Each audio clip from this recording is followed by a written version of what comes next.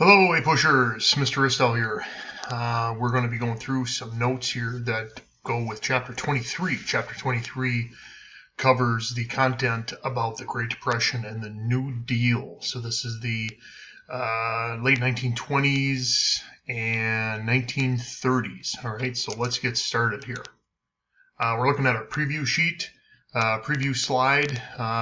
Note the items there on the left, but before we do that, I want you to take a look at what I have here in the upper right hand corner, which is directly from the College Board content outline, and take a look at the historical developments. This is going to help you put into context what's going on here in the 1930s and kind of a broad overview of what you'll be reading about in chapter 23.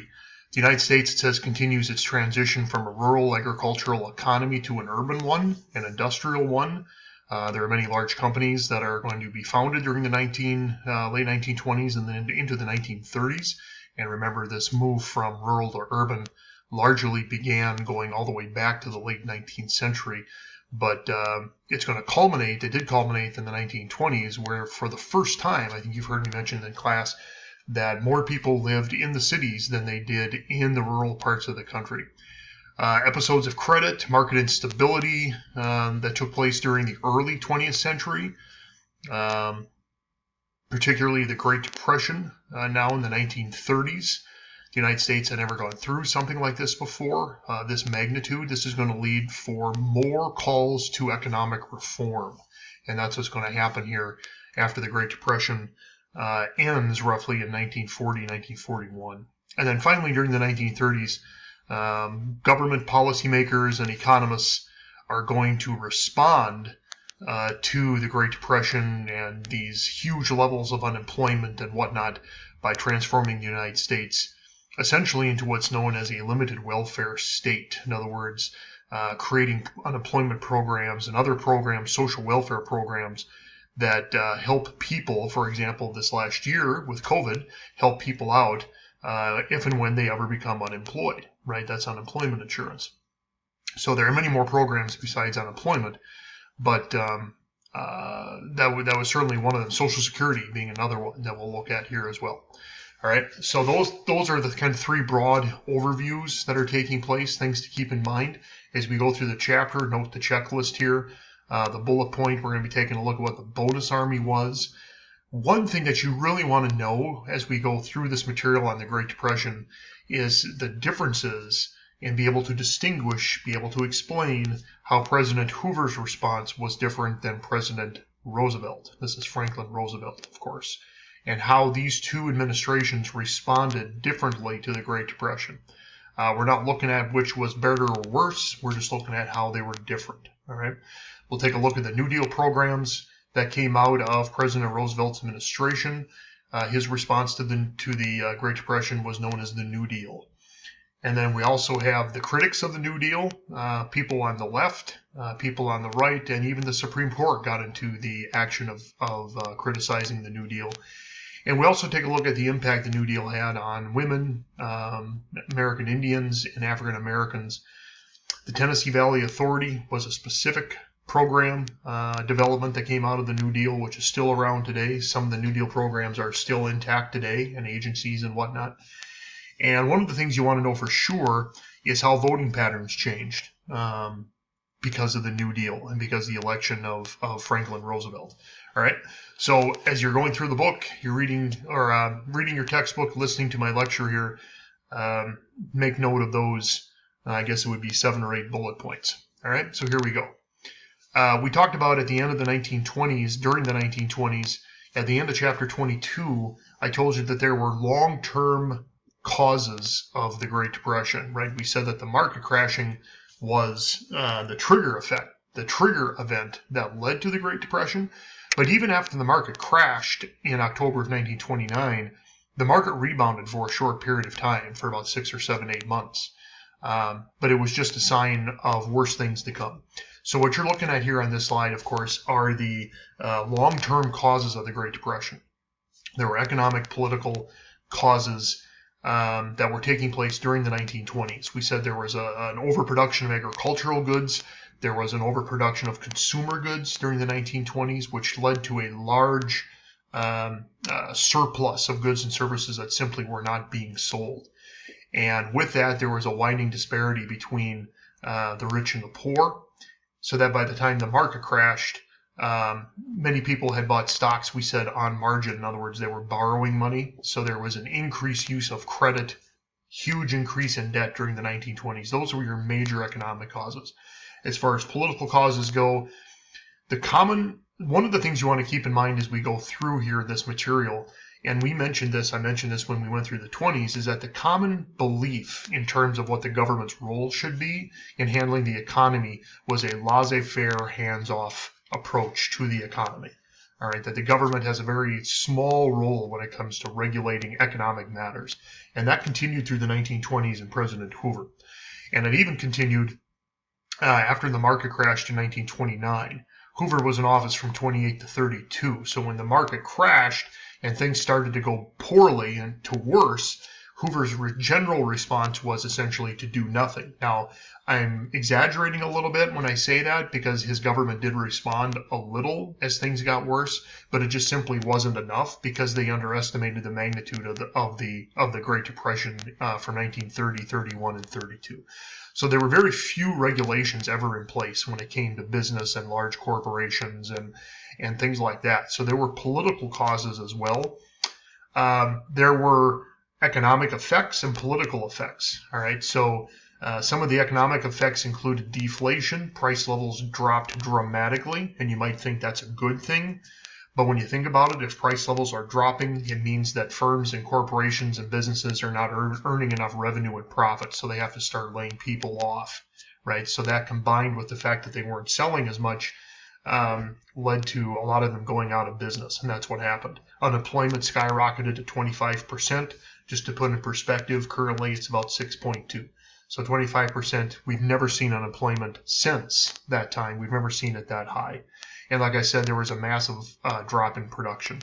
Political effects, Hoover was not elected, of course, in 1932. President Franklin Roosevelt was elected in 32, and he initiated his New Deal programs to take a completely 180-degree turn in terms of the government's role in the economy. There was an massive increase involvement of the government and the economy.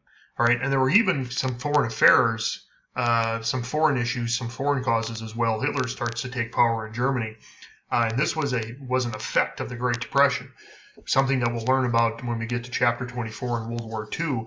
A lot of these dictators like Hitler, Benito Mussolini in Italy, those men who take control of their countries in a dictatorial way come about as a result of the Great Depression because of the horrible economies and life and standard of living that their citizens are going through.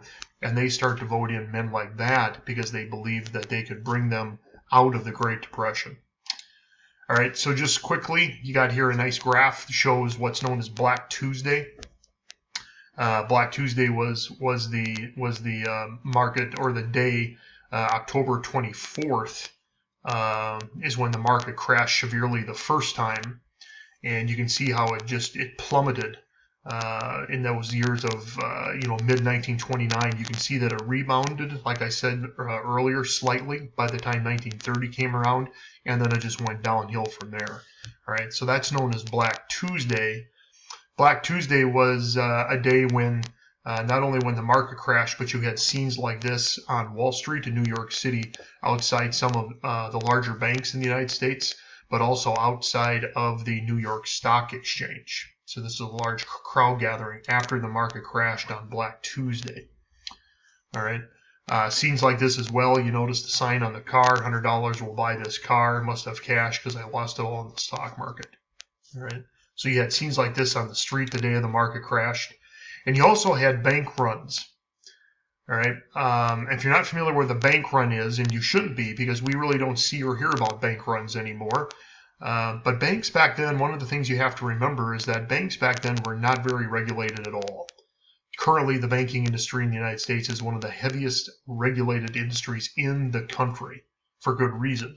But a bank run is when depositors, customers like you and me, or these people standing out here on the street in front of the American Union Bank, believed that their bank was going to close. they would all run to the bank to make sure that they got their deposits out. So it'd be like you running to the bank if you had reason to believe your bank was going to close and your money is in the bank, right? You wanted to get it out before the bank closed.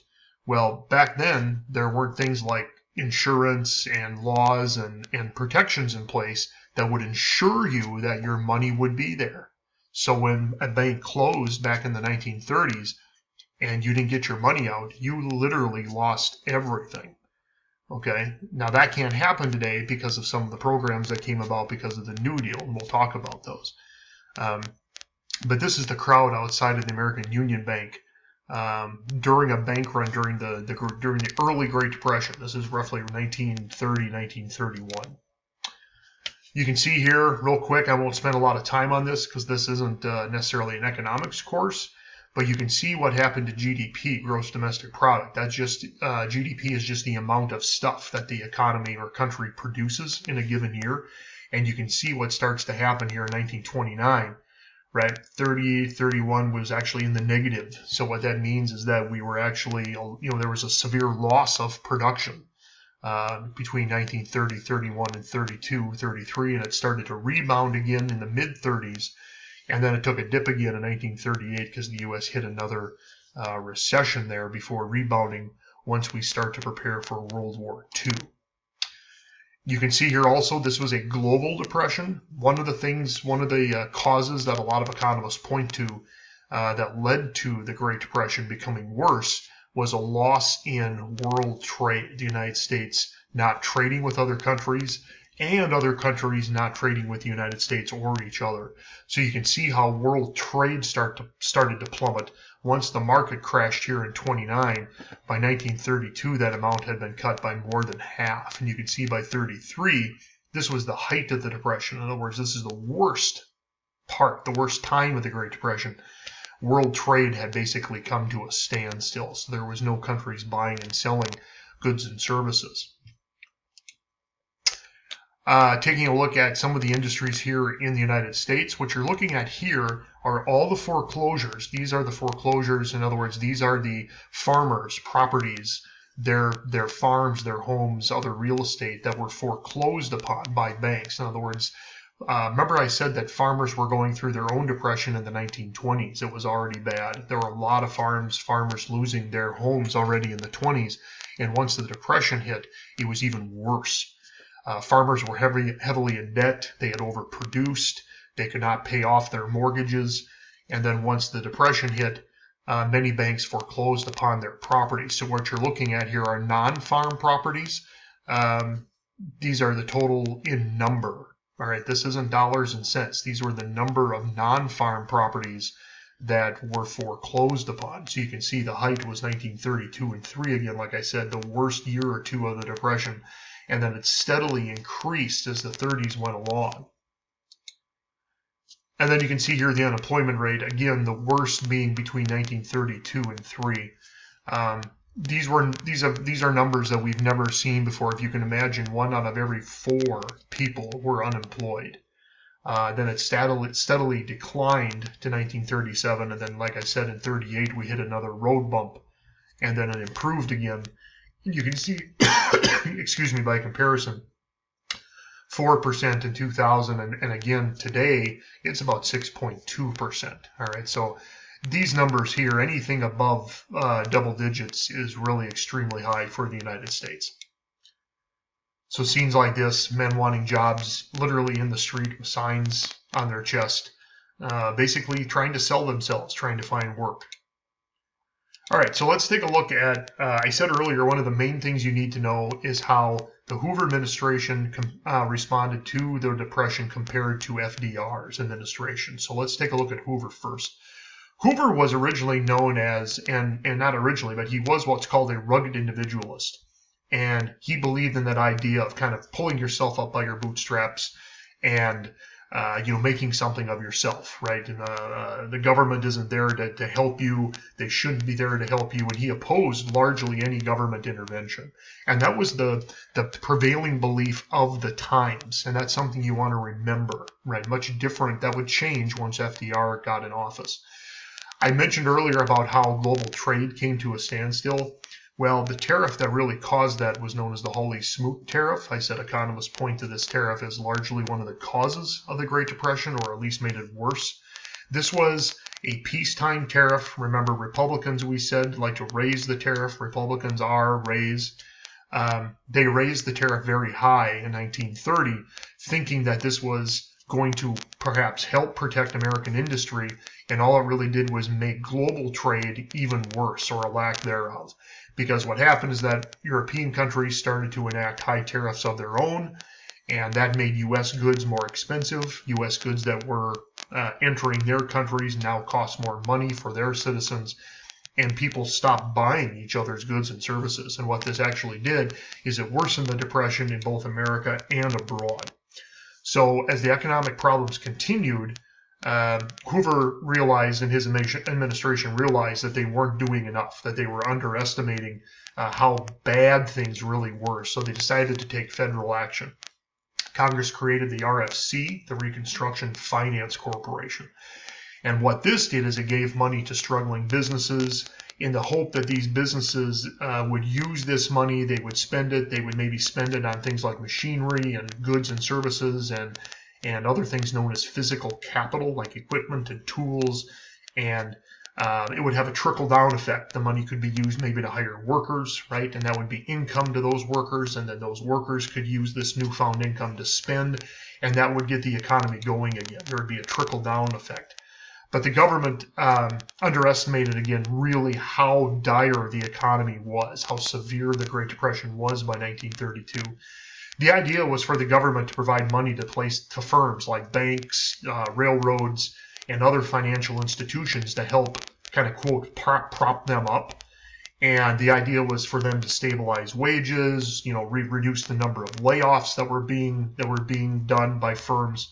And again, these newfound wages could be used as income for people to spend, and then that would become income to someone else, and so forth and so forth. So the idea was for it to set off this trickle-down effect that would help the economy recover.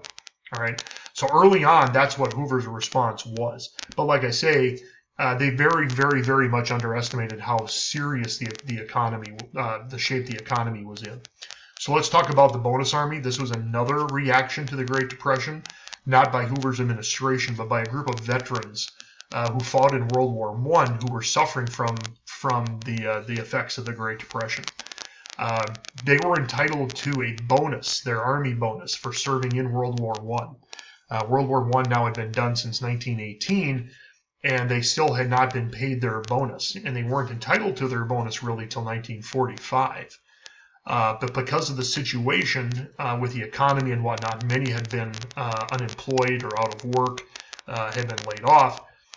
They got together, they created their own basically protest march known as the Bonus Army to demand immediate payment of their bonuses, their World War I bonuses.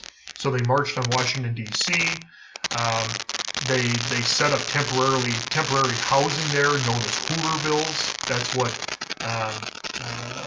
to mock President Hoover and his administration, blaming him for the Great Depression. Hoover's response to all this was actually one of a military response. He sent in the army to clear out the veterans, and the army was led by future World War II hero General Douglas MacArthur, and he forced the veterans out of Washington, D.C. Tear gas was used, bayonets were used on the bonus army, and this actually just further tarnished Hoover's reputation and his administration for caring more about,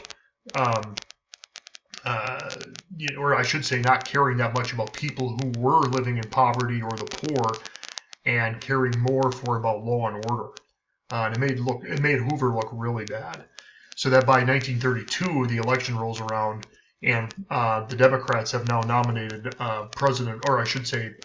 Democrat Franklin Roosevelt to run against President Hoover. All right. So Hoover, it's not fair to blame one man for the Great Depression. That's like blaming one man perhaps for the beginning of a war. There's usually many causes. But most historians agree that the Hoover administration and the prevailing beliefs of the day did not help the Great Depression certainly to become any better. If anything, it became worse. So in 1932, Herbert Hoover, he does decide to run, and the Republicans nominate him. They nominate him based on a platform of the Reconstruction Finance Corporation, right, that the Republicans did do things to try and alleviate the Depression. The Democrats nominate Franklin Roosevelt. He runs on a campaign promising, quote, a New Deal for the American people. And this would greatly change the role of government in the economy in the United States forever. Roosevelt plainly admitted that he had no clear plan laid out. He was flying kind of by the seat of his pants, and he was going to try everything and anything to try and get the economy moving again. 25% unemployment rate, and it was growing. Frustration was growing among citizens, among the people with government and the limited response of the federal government. State governments were paralyzed. When you combine all this, you can see that Franklin Roosevelt won overwhelmingly in 1932. All the green states that you see here were all states that voted for FDR. Okay? So this kind of brings us to the second half, and this is now the historical developments and things you want to know in terms of FDR and the New Deal. Note what the objective is, right? Explain how the Great Depression and New Deal impacted American political, social, and economic life. That right there could be a LEQ, a long essay question, okay? So I urge you to take a look at the content outlines. The content outlines are posted on Schoology. If you need help finding them, let me know. Really focus in on those learning objectives. Those in and of themselves could be long essay questions, just the way they're worded, right? If you take a look at the developments, to put things into context now with the New Deal and FDR, number one, Roosevelt's New Deal attempts to end the Great Depression. He uses federal government power to provide three things to the American economy. And the way you can remember the New Deal is that Roosevelt divided up the New Deal essentially into three parts, right? All his programs, all his agencies and whatnot that were created were designed to, one, give relief to the poor, or stimulate a recovery, or allow for reform or change of the American economy. So programs that were going to give direct money to the poor, that's relief, stimulate a recovery to get the economy moving again, or change things that had not been working and replace them with things hopefully that would get the economy to work. Number two, union populist movements push Roosevelt toward a more extensive effort to change the economic system. Okay. However, we've got Republicans in Congress. There were Democrats also in Congress and the Supreme Court that would criticize the New Deal. Democrats would accuse Roosevelt of not doing enough. Republicans said that he had overstepped his bounds. He was doing too much. And the Supreme Court would actually declare a lot of his programs and agencies unconstitutional. Number three, the New Deal, although it did not end the Depression, so I don't want you to think the New Deal ended the Depression. It did not. World War II did. When we started to prepare for World War II, that brought us out of the Depression. So although it didn't end it, it did leave a legacy of reform. It led a legacy of agencies and political realignment among many ethnic groups, including African Americans, women, working class communities. All of these groups now associate themselves largely with the Democratic Party. So what takes place in 1932 was a massive political realignment that took place. All right, this was the era when the Democrats now stereotypically are associated more with big government.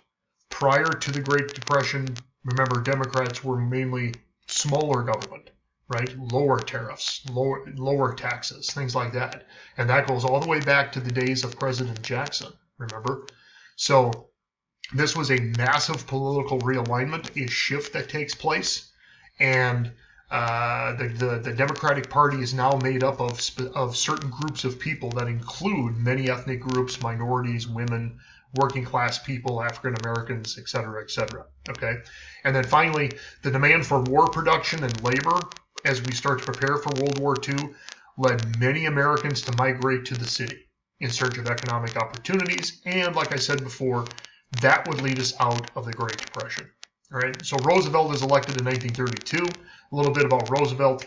He came from a wealthy, privileged family. He is the distant cousin of Teddy Roosevelt, right? The president who fought in the Spanish-American War.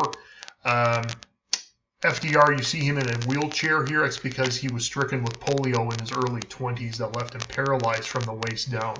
Very rarely was he ever photographed in a wheelchair because his advisors and whatnot didn't want the country to see him this way for fear that it would make him look weak.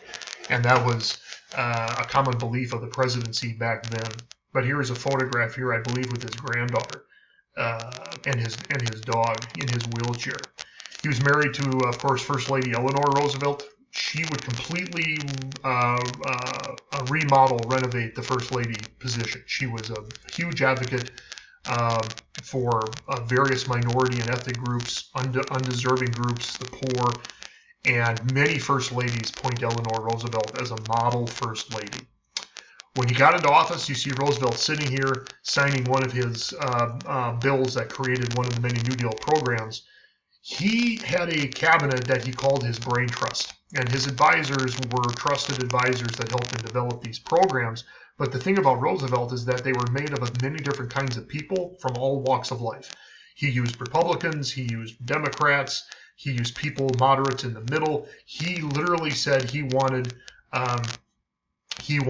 people with many different views because he needed all the ideas and opinions that he could get, including Secretary of Labor, the first female cabinet member, Frances Perkins, that you see here in the photograph. All right, we talked about Frances Perkins. I mentioned her back during the populist and progressive days. Remember, I mentioned at that time she would become the first female cabinet secretary, and there she is, the Secretary of Labor. So, the New Deal. The New Deal was not organized.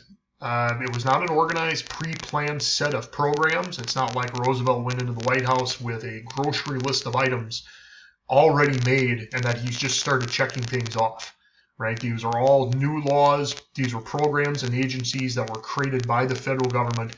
And the thing about Roosevelt, and he said this very, very boldly, very admittedly, he was willing to experiment. Many times he said, we'll try something, and if it doesn't work, we'll scrap it and we'll try something new. But he always said we have to keep trying because that's how bad the economy was. So like I said earlier, the New Deal essentially was divided up into three parts, the 3 R's. That's one way to remember these programs. There were programs and agencies that were designed to help the struggling people. Those were relief programs and agencies. There were some that were designed for recovery of the economy, and some that were made to completely overhaul some agencies or just change things completely. Those were the reform programs to make sure that a depression like this would never happen again. Many times the New Deal agencies have been nicknamed the alphabet agencies because of all the different programs, all the different acronyms, and the way that Roosevelt conveyed this and communicated. He was an excellent communicator. The way he filled the people in terms of what was going on, right, and what the federal government was doing was through his fireside chats, and he gave dozens of these while he was in office. Roosevelt effectively used the radio. Remember, the radio was the form, the means of communication during the 1920s. No TV, no streaming, right? It's all radio, and he was very effective at communication with the American people. To tell them exactly what the federal government was doing. So the first 3 months plus of his presidency, first known as the 100 days, this is a term that we use yet today. Very active. Roosevelt and the Congress was extremely active. Starting on March 4th, 1933, remember back then the presidents were inaugurated in March. So shortly after his inauguration, at the request of the president, Congress passes a large number of laws that were designed to deal with the Great Depression. They passed dozens within the first 100 days of Roosevelt being in office. And you hear presidents talk about what they want to do within their first 100 days. President Biden has talked about, remember, getting 100 million people vaccinated within the first 100 days. This is a reference that goes back to the Roosevelt presidency. All right. So first, the very first thing that they had to address, Roosevelt felt, was the banking and finance industry because of all the banks that had failed. There were something like 8, 9, 10,000 banks that had failed just in 1932 and 3 alone. So he told the American people and the finance industry, don't panic. He calls for a bank holiday in which he closed down, completely shut down the banking industry. And that would be enough time. He believed, he hoped to restore confidence in the banking industry. He was going to send the Federal Reserve, our central bank, to go and put money into those banks. And he explained to the American people what his actions were. He got Congress to pass the Emergency Banking Relief Act, where he told the banks, look, only those of you who are financially stable are going to reopen, okay? And now that there's money back in the banks, hopefully people will have confidence in the banking system that they would go and they would start using the banks again and have confidence in the banks. That was key. Other legislation to protect banks and protects people's money, the Glass-Steagall Act was passed to regulate banks. Remember, before the Great Depression, the banking industry and finance industry really weren't regulated at all. So this was a massive change. This act restricted how banks could invest customers' deposits. Before the Great Depression hit, banks were investing people's money all the time and losing it, or they increased the chance of losing it. Afterwards, that changed. Okay, and then they also passed, Congress did the FDIC and created the Federal Deposit Insurance Corporation. These acts here that you're looking at are still well alive today. All right, the FDIC is the corporation that protects your money in the bank. So when you deposit your $1,000 paycheck, you know your money is there. If something ever happens to the bank, if it closes, you are guaranteed your $1,000 by the U.S. government. It's basically like insurance. The government insures your money. That's what the FDIC does. This did not exist before the Great Depression. Okay? So all these are examples you can see here how the government now is heavily regulating the banking industry, right? It's much more involved than it was before. The SEC, the Securities and Exchange Commission, was created. They regulate the stock market. We said during the 1920s the stock market was not regulated very well at all. Now it is. It's one of the most heavily regulated markets in all the world. All right. So again, bills, laws are being passed. Congress is very active during those first 100 days, addressing the banking and finance industry. Oh, and by the way, when the banks did reopen after the bank holiday, people did start using the banks again, and confidence had been restored. So that was a success. FDR also then tried to address the huge high unemployment rate. Right, by 1933, we know millions of people had remained unemployed, and the New Deal created jobs that were to provide relief to the unemployed. And the hope was to create jobs that would provide relief, income, salaries, wages, and then that would in turn lead to a recovery. So what the federal government did, Congress passed the Federal Emergency Relief Act, which gave direct money, federal money, to both states and local government for relief services. And then this money then would be given out to people who are unemployed. The CCC was created, the Civilian Conservation Corps. The employed jobless men disemployed jobless men between the ages of roughly 16 and 25 in parks and projects, reforestation projects, other kinds of maintenance jobs. Minnesota, for example, had a CCC camp in northern Minnesota. I believe it was near Bemidji, somewhere between Brainerd and Bemidji is where the CCC camp was in Minnesota during the 1930s. The PWA was created, the Public Works Administration. This provided federal monies to both state and local governments for public works projects. So things like you see here with the excavator, building sewage systems in cities and parks and all kinds of municipal projects, right? The idea was getting people back to work, right? The federal government is actively involved in providing funds to allow jobs like this and programs and projects to be created to put people back to work. Another area of the economy that needed to be addressed was industry and agriculture. Taking a look first at industry. Congress passed the National Recovery Act, the NRA. That's not the National Rifle Association. That's the National Recovery Act.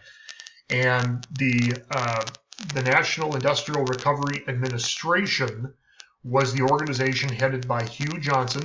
What you see here on the right was their poster, their flyer, if you will. And their goal was to promote industrial recovery and also to promote fair wages and hours for all workers. So this was an act that was designed to help industry, to help workers, to help labor, all right, and firms. So if you walked around towns or cities and you saw firms with this poster up in their window, you know that they were part of the National Industrial Recovery Administration. All right. So the federal government and businesses drafted certain codes for industries. And what these codes did, what these rules did, was essentially set production limits. So the government was telling businesses how much they could produce, what to produce, how much to produce, and they also set rules or codes for wages and hours worked. All right, so this would eventually be one of those programs, remember, or laws, I said, that the Supreme Court would declare unconstitutional later on, because the Supreme Court felt that the government was or could not tell firms and businesses what to produce and how to produce. It reminded a lot of people of communism. Okay, so the Agricultural Adjustment Act to address agriculture. Remember, farmers were really in poor shape in the 1920s and 30s. Congress passed the AAA, and that actually paid farmers to not produce, right? Because they had been suffering, this industry had been suffering because of overproduction. So they paid farmers actually to destroy crops. They paid farmers actually to slaughter cattle and pigs. This was a very controversial piece of legislation, with the hopes that that would alleviate the overproduction and there would be shortages and that would cause prices to rise. And that's what Congress and what farmers wanted to happen. So farmers would receive payments known as subsidies in return for cutting production. So you see down here a little picture. Farmers were allowed, for example, and told to produce only so much and then get rid of the rest. During this time, the United States was also going through the worst drought in American history.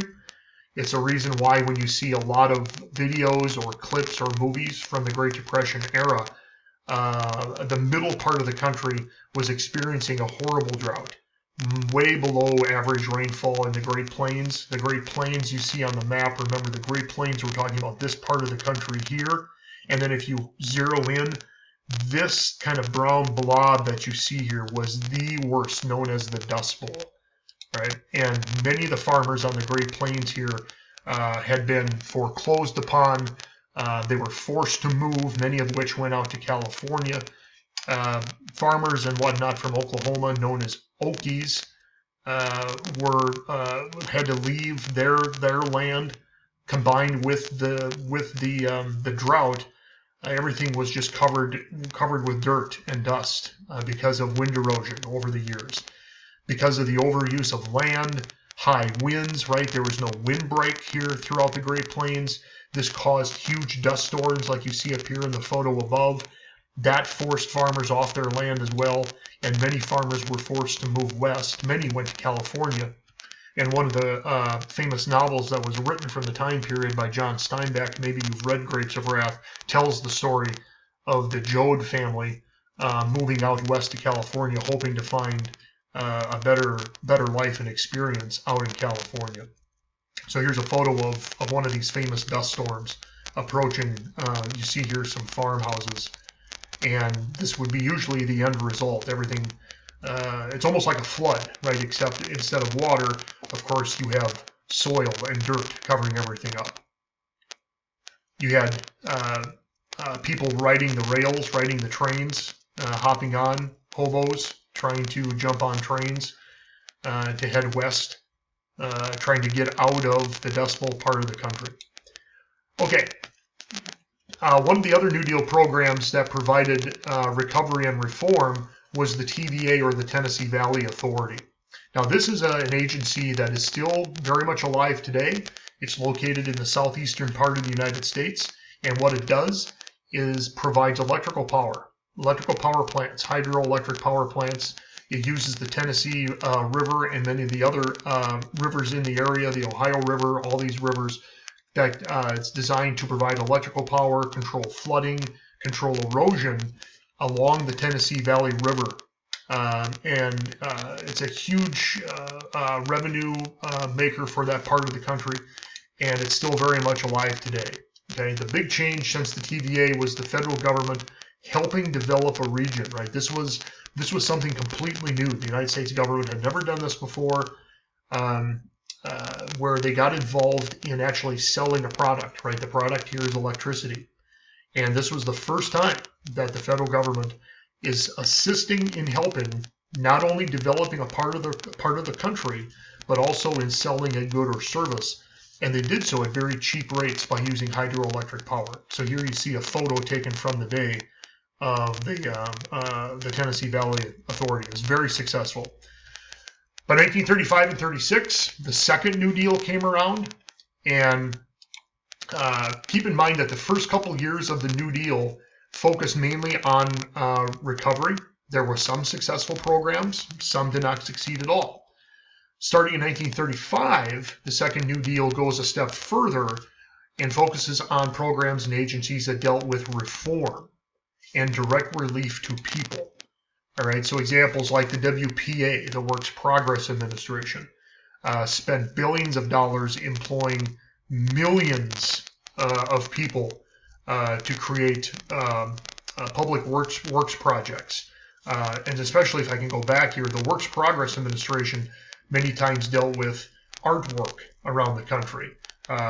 Roosevelt wanted to put all different kinds of people to work, whether they be laborers like you see here, or artists, or what have you. So the WPA employed millions of different kinds of people who were unemployed. The Resettlement Administration was created to provide assistance or loans to sharecroppers. We know what sharecroppers are. Tenant farmers, small farmers, particularly in the South, right, that had lost everything. And the AAA, the Agricultural Adjustment Act, actually hurt people who did not own their own land by taking that land out of production, right? Because now that land was not available to them. So eventually the AAA would be one of those laws or programs that was also declared unconstitutional by the Supreme Court. Social Security was created. You're probably familiar with what Social Security is. This act in 1935, very much around today, arguably one of the most successful acts and programs of the New Deal. This would have the greatest impact on future generations of American citizens. And basically what it did is it established the idea that the federal government was going to be there to provide assistance. They were going to be responsible for providing some sort of social welfare when times got tough. And the idea behind it is that money is taken out of paychecks. There's Social Security tax, it's called, taken out of my paycheck, for example, and it's put essentially into a giant pool of money. And it's taken out of my check, and it's taken out from employers as well. They pay a tax and they contribute to the Social Security Trust Fund. And then people who are age 65 or over receive that money upon retirement in a form of a pension. Right? You may know people who collect Social Security. So it's a system where we pay into it during our working life, knowing that we can draw from it once we retire. So this really, really helped many people, workers, laborers, but it also helped mothers with dependent children. They were eligible. People could collect unemployment insurance, right? And also Social Security, and also the disabled. The National Labor Relations Act was also passed. This is all part of the Second New Deal. This was designed to help workers. All right. It was also known as the Wagner Act. And this was an act that helped guarantee the rights of organized labor. So, for example, laborers, workers now could form unions recognized by Roosevelt and the government. Roosevelt was the first president, I believe, to officially recognize a labor union's right to join a union, a person's right to join a union, but also collectively bargain and negotiate with their employer a contract. It also created the National Labor Relations Board to help enforce labor laws. All right, so this, again, was completely different than it was before the Great Depression. And this was a huge boost to the labor union movement. Remember during the early 1900s and the 1920s, we said those decades were not very good, not very kind to labor unions. That changed during the 1930s and 1940s. So we have challenges to the New Deal. All right, critics. By 1936, the New Deal did improve the economy, but it still remained very unstable. All right, and by 1936, Roosevelt is up for re-election. He's going to run against the Republican nominee, Alfred Landon. Republicans are accusing Roosevelt of going too far. Conservatives and business owners tended to dislike Roosevelt very much. They disliked how government had gotten so much more bigger, so much more intrusive in people's lives, and it increased the size of government. FDR was simply, he said, following the policies of the famous British economist John Maynard Keynes, who basically advocated exactly for what Roosevelt was doing. That government should be involved. This is the government's job to get involved and to help the economy when the economy was struggling like this. There was something called deficit spending money that the government didn't have. Keynes argued that was needed, okay, to get the economy going, to stimulate economic growth. There were critics on the left as well. Democrats criticized Roosevelt. Liberal critics, they criticized him because they said the New Deal was not doing enough for minority communities and the poor. So, like many times when you're president, right, you get criticized many times from both sides of the political aisle, the political spectrum. And then you had many other people who were running for president in '36, known as demagogues. And these were men that were really extreme in their views and their beliefs, that were challenging FDR and the New Deal. These demagogues were primarily from the left. They were Democrats. For example, Dr. Francis Townsend promised, or he ran a campaign in 1936 that wanted to see every person over 60 receiving a $200 monthly check. But the most famous demagogue was Senator Huey Long. He was once the governor of Louisiana, and at the time in 1935, when he was running for the presidency, he was the senator from Louisiana. He advocated a program known as Share Our Wealth, where he wanted to really distribute the money, take from the rich and give to the poor, almost kind of a Robin Hood mentality. What happened though in 1935 is he was assassinated, and he was of course not then he was killed, and therefore his campaign of course ended. And in 1936, Roosevelt was reelected. Roosevelt, I mentioned earlier, ran into some obstacles. It wasn't just the Republicans and Democrats who were criticizing the New Deal, it was also the Supreme Court. And I mentioned there were a couple of programs and agencies the court declared unconstitutional. One was the NRA and the Schechter versus United States case in 1935. You want to make note of that. And then the AAA, the Agricultural Adjustment Act, they declared unconstitutional as well. And the way that FDR responded to the Supreme Court, knocking down and declaring his programs and policies unconstitutional, is that he proposed a plan that would allow him to appoint more judges. The Supreme Court at the time consisted of 9 judges, and he wanted to increase that to roughly 15. And he wanted to place judges essentially on the court that were favorable to the New Deal, right? Critics see this as a way of Roosevelt trying to pack the court, and it was nicknamed the court packing plan. And a lot of Democrats and Republicans, both members of both parties, saw this as kind of an assault, kind of an attack on our idea here in this country of the checks and balances system. And really what the court packing plan did is it kind of hurt Roosevelt. It didn't really hurt his popularity, but it kind of gave the presidency and his administration kind of a black eye. And this was a rare political defeat because by this time Roosevelt was very popular as a president. And this was really his true first major political defeat that he had to suffer, was the court packing plan. So taking a look then here near the end, what is the impact of the New Deal? Well, the New Deal helped create a democratic coalition. In other words, it brought together many different kinds of people that helped support now the Democratic Party. Farmers, urban immigrants, union members, African Americans, women, many other kinds of people from different ethnic groups. This was really kind of the first of its kind, right? And the New Deal brought a lot of these different kinds of people together, all right? And the platform, the belief system of the Democratic Party changed as well, all right? It went from the party of small government to the party of large government, right? That's the stereotype that we usually associate with the Democratic Party. It established federal responsibility for society, right? So in other words, the New Deal established the idea that the federal government was going to be there in times of need. In other words, it provided a welfare safety net, right? Social Security, unemployment insurance, all different kinds of social programs. The New Deal, remember, did not end the Great Depression. World War II, the United States preparing to fight in World War II would end the Great Depression. There is a continued debate to this day about the idea of government borrowing money and spending money that it doesn't have. We hear about this all the time with the budget, the government budget, the debt, right? The parties go back and forth arguing about that. There's continuing debate to this day about to what degree should the government be involved in the economy? What degree should the federal government be involved in people's lives and the welfare state? There was a recession in 1937. You saw graphs about this. The New Deal arguably maybe was helping the economy till 1937, and then government started to stop spending, programs were cut, programs were slashed, and what was known as the Roosevelt recession hit in 1937 and 1938.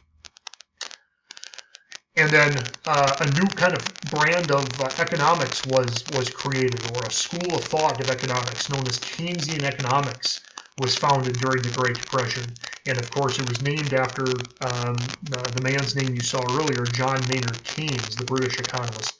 The idea that in times of economic catastrophe, or when the economy starts to go south, it's the federal government's responsibility to step in and start spending, and if they have to, start borrowing and then spending to help economic growth to get the economy moving again. Okay. The major criticism of the New Deal is that it had very limited impact. It had very little impact on any racial issues or any gender issues. All right, none of the programs you saw there as part of the New Deal or Second New Deal addressed any racial issues or gender issues. The the United States is a largely segregated country yet during the New Deal, right, and the 1940s. And of course, there are still some serious gender issues that have not been resolved either. All right. So we got to the last slide. As you're going through a review here, make sure you're looking at these bullet points as you're doing your reading.